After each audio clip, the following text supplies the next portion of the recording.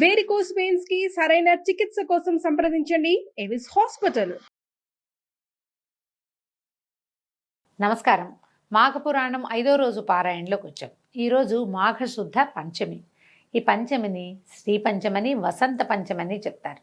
ఈ మాఘశుద్ధ పంచమి నాడే సరస్వతీదేవి జన్మించిందని చెప్పబడుతుంది. ఈ రోజున సరస్వతి పూజ చేసుకోవటం, కొత్త శాస్త్రాలు ఏమైనా చదవదలుచుకున్న వాళ్ళు మొదలు పెట్టుకోవటం, కొత్త విద్యాభ్యాసానికి అవసరమైన ఏర్పాట్లు చేసుకోవటం, పిల్లలకి అక్షరాభ్యాసం చేయటం, సరస్వతి పూజ చేసుకోవటం విశేషంగా చెప్పబడింది. అయితే ఇది సామూహికంగా సరస్వతి పూజ కంటే వ్యక్తిగతంగా చేసుకోవాలి. ప్రతి వాళ్ళకి జ్ఞానం అవసరం. చూడండి, గుంపులో గోవిందా అని ఉండకూడదు. ప్రతివాడికి సొంతానికి జ్ఞానం కావాలి. ఏదైనా కొత్త విద్య, సంగీతము, నాట్యము లాంటి లలిత కళలు అభ్యసించదలుచుకున్న వాళ్ళు కూడా ఈ రోజున ముహూర్తం పెట్టుకుని, దీనికి ఇంకా తిథివార నక్షత్రాలు చూసుకోక్కర్లేదు. శ్రీ పంచమి నాడు నాట్యశాస్త్రము, సంగీతము లేదా కావ్యాలు ఏదైనా కొత్తగా చదవదలుచుకున్న వాళ్ళు, కొత్త బుక్ స్టార్ట్ చేయాలనుకుంటారు కొంతమంది, వాళ్ళు కూడా ఈ రోజున మొదలు పెట్టుకోవచ్చు. దీనివల్ల ఏంటంటే మనకి మరింతగా జ్ఞాన సముపార్జనకి అవకాశం లభిస్తుంది. చాలా ప్రత్యేకమైన రోజు కాబట్టి సరస్వతి ఆరాధన విశేషంగా చెప్పబడింది. పంచమి నాడు మీరు పిల్లలకి, చిన్నపిల్లలకి అక్షరాభ్యాసం కూడా చేయించవచ్చు. కొత్త భాష నేర్చుకోవాలనుకుంటారు, లాంగ్వేజ్ కొత్తది, జర్మనీ, ఇప్పుడు జర్మనీ చదువుకోవడం కోసం వెళ్ళాలనుకోండి, పిల్లలు జర్మనీ నేర్చుకోవాలనుకుంటారు, వాళ్ళకు కూడా ఇది మంచి రోజు. ఈ రోజున స్టార్ట్ చేసిన ఏ పనైనా కూడా చక్కగా అవుతుంది. అంటే విద్యా సంబంధమైనది, జ్ఞాన సముపార్జనకి సంబంధించిన ప్రతి ప్రయత్నము ఈ రోజున మొదలు పెడితే చాలా సక్సెస్ఫుల్గా వెళ్తుందట. అవకాశం ఉన్నవాళ్ళు మీ రంగాల్లో ఏం నేర్చుకోదలుచుకున్నారో అది నేర్చుకోవచ్చు. సరస్వతి పూజ చేస్తారు కాబట్టి విశేషంగా బాసర లాంటి క్షేత్రాల్లో చాలా అద్భుతంగా జరుగుతుంది. మనకి హైదరాబాద్ సమీపంలో వర్గల్ దేవస్థానం ఉంది, అక్కడ కూడా సరస్వతి పూజ చేస్తారు. ఇంచుమించు అన్ని దేవాలయాల్లో, అమ్మవారి దేవాలయాలన్నిట్లలో కూడా త్రిశక్తి స్వరూపిణి కాబట్టి అమ్మవారు శ్రీ మహాకాళి, మహాలక్ష్మి, మహాసరస్వతి రూపిణిగా ఉంటుంది ఆమె. కాబట్టి మహాసరస్వతి స్వరూపాన్ని ఈ రోజున పూజించటం, ప్రార్థించటం, దర్శనం చేసుకోవటం చాలా మంచివి. పురాణంలోకి వద్దాం. కౌత్సుడనే బ్రాహ్మణ కుమారుడి గురించి చెప్తున్నాం. మన ముందు కథలో దిలీప మహారాజుకి వశిష్ఠ మహర్షి ఇలా తెలియజేస్తున్నారు. కౌత్సుడనే కుర్రవాడు తపస్సు చేశాడు కావేరీ నదీ తీరంలో. తర్వాత అతనికి విష్ణుమూర్తి ప్రత్యక్షమైతే, నేనే స్వరూపాన్ని చూశానో ఆ స్వరూపమే ప్రజలందరూ దర్శనం చేసుకునేలాగా ఇక్కడే నువ్వు వెలిసి ఉండమని భగవంతుణ్ణి ప్రార్థించి అతను తన సొంత గ్రామానికి బయలుదేరి వచ్చాడు. అయితే ఇతన్ని మృగశృంగుడు అని కూడా పిలిచేవాళ్ళట. ఇతను కావేరీ నదీ తీరంలో ఘోరమైన తపస్సు చేశాడు చాలా రోజులని చెప్పాం కదా. ఇతను తపస్సు చేసుకునేటప్పుడు ఈ అడవిలో ఉన్నటువంటి మృగాలు కొమ్ములు దురదొస్తాయండి వాటికి, అవి ఏదైనా చెట్టు కొమ్మకేసి రుద్దుకుంటాయి. ఈ నిశ్చలంగా కూర్చుని తపస్సు చేసుకుంటున్న ఇతను ఏదో ఒక శిలాస్వరూపంగా భావించి మృగాలు ఈ లేళ్ళు అవన్నీ తమ కొమ్ముల్ని అతనికేసి రుద్దేవిట, ఆ దురద తీర్చుకోవటం కోసం. అందుకని ఈయన మృగాలు తమ శృంగములతోటి అతన్ని రాపాడించినాయి కాబట్టి మృగశృంగుడు అని కూడా పిలిచేవాళ్ళు. శృంగం అంటే కొమ్ము అనమాట. అయితే ఏమైంది, ఈ బ్రాహ్మణ బాలుడైనటువంటి కౌత్సుడు అనేటువంటి మృగశృంగుడికి యుక్త వయసు వచ్చింది. అప్పటికే అతను పెద్దవాడు అయ్యాడు, 30 సంవత్సరాలు దగ్గర వచ్చేసినాయి. 30 ఏమేమోలేండి, 15 ఏళ్లకో వెళ్ళుంటాడు, 25 ఏళ్లకు తిరిగి వచ్చాడు. తల్లిదండ్రులు కుమారుడికి వివాహం చేయడానికి నిశ్చయించి తగిన వధువు కోసం అన్వేషించడం మొదలుపెట్టారు. వాళ్ళ అమ్మా నాన్న సంబంధాలు వెతుకుతారు. ఇప్పుడు కూడా మనం అమ్మాయి ఎలాంటి అమ్మాయి కావాలో పిల్లల్ని అడుగుతాం. ఏమిటి, జాబ్ చేసే అమ్మాయి కావాలా, ఇంట్లో ఉండే అమ్మాయి కావాలా, ఏవో 2-3 ప్రశ్నలు ఉంటాయి కదా, దాని గురించి చెప్తున్నారనమాట. విషయం తెలుసుకున్నటువంటి కౌత్సుడు తన తల్లిదండ్రులను ఉద్దేశించి ఇట్లా అన్నాడు. తల్లిదండ్రులారా, నాకు వివాహం చేయాలనే మీ తపన నన్ను ఎంతో ముగ్ధుని చేసింది. కానీ వివాహం చేసుకునే ముందు వధువు యొక్క గుణగణాలని పరిశీలించాలి కదా. వధువు యొక్క గుణగణాలు, మంచి చెడ్డల పట్ల నాకు కొన్ని నిశ్చయమైన అభిప్రాయాలు ఉన్నాయి, వాటిని వివరిస్తాను వినండి అని చెప్పడం మొదలుపెట్టాడు. ఇప్పుడు మనం మాఘమాసం మహాత్మ్యం కదా తెలుసుకుంటున్నాము. మధ్యలో ఈ రామాయణంలో పిడకల వేట ఎందుకండి అంటే, పురాణాలు అందుకే వినాలి మనం. పురాణాల్లో బోల్డని పిడకల వేటలు ఉంటాయి, వేరే కొత్త సంగతులు చెప్తారు. చూడండి, ఒక అతను తపస్సు చేశాడు. మొదటిది ఏం చెప్పారు, స్నానం చేయగానే అతనికి పులిముఖం పోయింది, అంటే స్నానం చేస్తే పులిముఖం పోతుంది. రెండో వాడు తపస్సు చేశాడు. ఈ తపస్సు చేసినప్పుడు అతను మాఘస్నానం చేయటం వల్ల తక్కువ సమయంలోనే అతని తపస్సు సిద్ధించింది. ఏం చెప్తున్నారు, స్నానం చేయి మంచి జరుగుతుంది అని కాకుండా ఎలాంటి మంచులు జరిగేందుకు అవకాశం ఉందో కూడా చెప్తున్నారు. ఇతను జ్ఞానవంతుడయ్యాడు. ఎలాంటి కన్యని వివాహం చేసుకోవాలో ప్రజలకి మనకి తెలియజేస్తున్నాడు అనమాట. వధువు గుణవతి, శీలవతి అయి ఉండాలి, పెద్దలని గౌరవించాలి, ఆరోగ్య సూత్రాలని పాటించాలి. అంటే పొద్దున్నే లేవాలి, రాత్రి పెందరాళే పడుకోవాలి, కాల భోజనము, కాల నిద్ర చేయాలి. ఆరోగ్య సూత్రం పాటించడం అంటే ఇంకా అదే ఆరోగ్య సూత్రం. అసూయా ద్వేషాలు ఉండరాదు.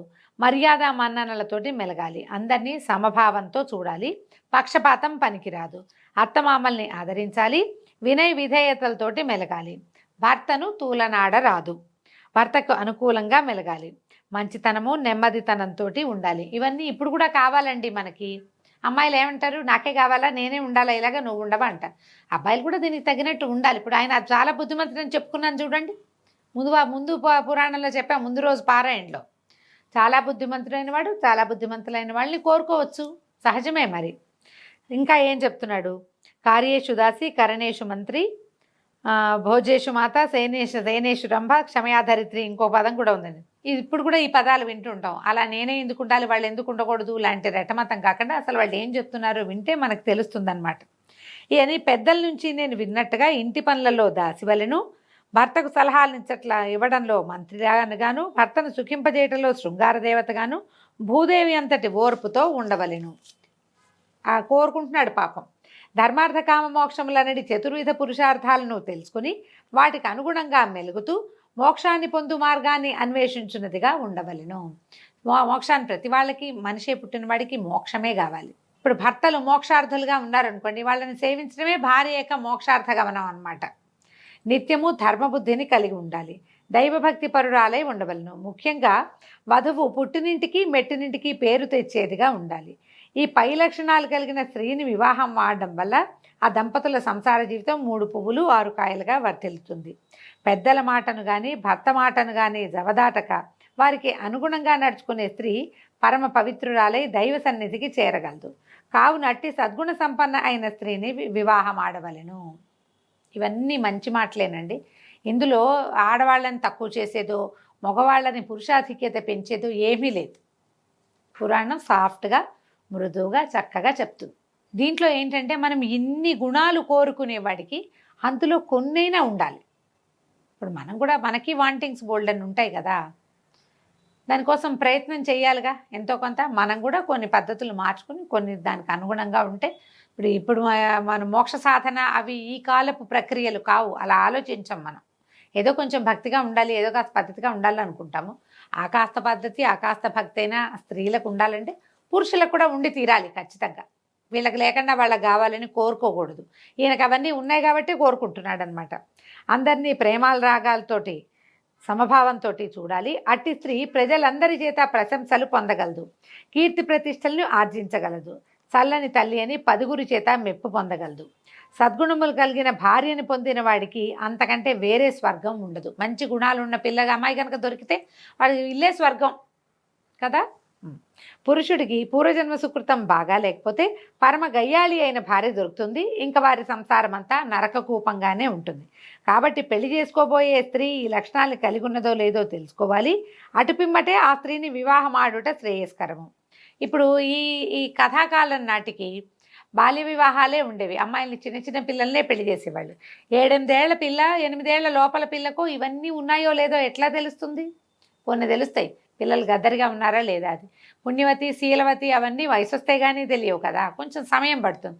కానీ ఇతను ఈ లక్షణాలు మనకి, ఇది ఎందుకు చెప్తున్నారు మహర్షి? ఈ కాలం మనకి అర్థం కావడం కోసం, మనకి తెలియటం కోసం అయి ఉండొచ్చు. తర్వాత తల్లిదండ్రులారా, నేను నా అభిప్రాయం చెప్పాను, ఇక మీ ఇష్టము. పెద్దల మాటలను, జన్మనిచ్చిన తల్లిదండ్రుల మాటలను జవదాటేవాడిని కాను అని విప్రబాలుడు తన అభిప్రాయాన్ని వెలిబుచ్చాడు. పుత్రుని మనోగతాన్ని గ్రహించిన తల్లిదండ్రులు ఎంతగానో సంతోషించారు. కౌత్సుడు వివాహానికి సన్నద్ధంగా ఉన్నాడు అని ఇప్పుడు ఒక పెళ్లి గురించి మాట్లాడంగానే అబ్బాయి ఇలా మాట్లాడాడు అనుకోండి, జాబ్ చేసే అమ్మాయి కావాలంటే పెళ్లికి రెడీగా ఉన్నట్టు. ఈ లక్షణాలన్నీ వింటే ఇతను వివాహ యోగ్యమైన వయసులో ఉన్నాడు, వివాహానికి సంసిద్ధతని వ్యక్తం చేస్తున్నాడు అని తల్లిదండ్రులు అర్థం చేసుకుని సంతోషించారు. కాబట్టి ఏం చెప్తున్నారు? వధువు మంచి కుటుంబానికి చెందిందై ఉండాలి, మంచి మర్యాదలు తెలిసిన విద్యావంతురాలై ఉండాలి, దేవబ్రాహ్మణులను పూజించున్నదిగాను దైవభక్తి తత్పరత కలిగి ఉండాలి. ఇవన్నీ విన్నాక వాళ్ళు చాలా సంతోషించి, నాయన నీ అభీష్టం నెరవేర్చుకోవడానికి ఆ భగవంతుని కూడా వేడుకుందాము, నువ్వు కూడా దైవ ప్రార్థన చేసుకో, మంచి భార్య రావాలని. మంచి భార్య వస్తే సంసారం, గృహస్థ జీవితం ఆనందంగా ఉంటుంది. దీని తర్వాత తీసుకోబోయే వర్ణాశ్రమ ధర్మాల్లో 4వ ధర్మం ఉంది కదా, అది కూడా చక్కగా నడుస్తుంది. లేకపోతే ముందే ఆ 4వ ఆశ్రమానికి ప్రవేశించాల్సి వస్తుంది. భార్యతో కనుక జీవితం బాగుందనుకోండి, గృహస్థాశ్రమం చక్కగా వెళ్ళిపోతుందని చెప్పి నువ్వు కూడా భగవంతుని ప్రార్థించిన మేము భగవంతుని ప్రార్థించి ఇలాంటి పిల్ల కోసం వెతుకుతాము అని చెప్పి అమ్మా నాన్న పెళ్లి సంబంధాలు చూడడం మొదలుపెట్టారు. దీంతో 5వ రోజు పురాణం పూర్తయిందండి. రేపు ఉదయం 6వ రోజు పారాయణలో మళ్ళీ కలుసుకుందాం. నమస్కారం.